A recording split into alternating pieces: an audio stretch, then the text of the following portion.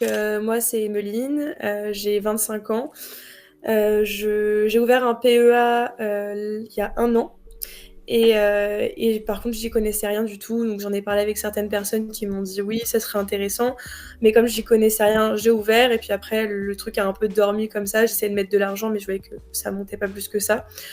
Donc du coup, je me suis dit que ça serait intéressant, quand j'ai vu que tu as créé ton compte Instagram, de te contacter et d'essayer, de me lancer. Ça fait depuis on a commencé en novembre, fin novembre et fin novembre 2024, donc là on est en février 2025 et les progressions, déjà je maîtrise beaucoup mieux, la gestion de mon PEA. Je suis passée d'une gestion profilée à une gestion libre. Je sais dans quoi j'investis maintenant, quels sont c'est ce qu'est un ETF déjà aussi, il a donc pas mal de vocabulaire, toutes les données, les chiffres par-ci par-là. Avant je ne connaissais pas, je ne comprenais rien, maintenant c'est beaucoup plus clair et je commence à me lancer du coup un peu la crypto, à comprendre tous les mots de vocabulaire, ça reste encore c'est un grand domaine, donc je pense que c'est encore flou pour moi, mais voilà, j'ai les bases et je me sens moins inquiète ou en tout cas moins stressée, je pense, de me lancer là-dedans que ça n'a pu l'être auparavant. Et quelque chose à faire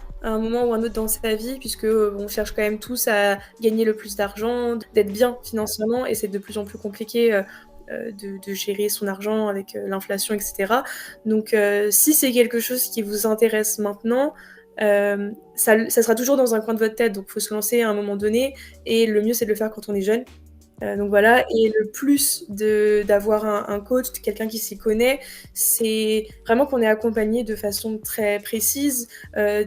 Au cours d'une conversation dans un call, j'ai placé quelque chose et Cyril va me dire ah bah non, mais ça c'est pas super, et donc ça je n'y aurais jamais pensé si j'avais pas été comme ça ou si c'était juste des vidéos que je regarde.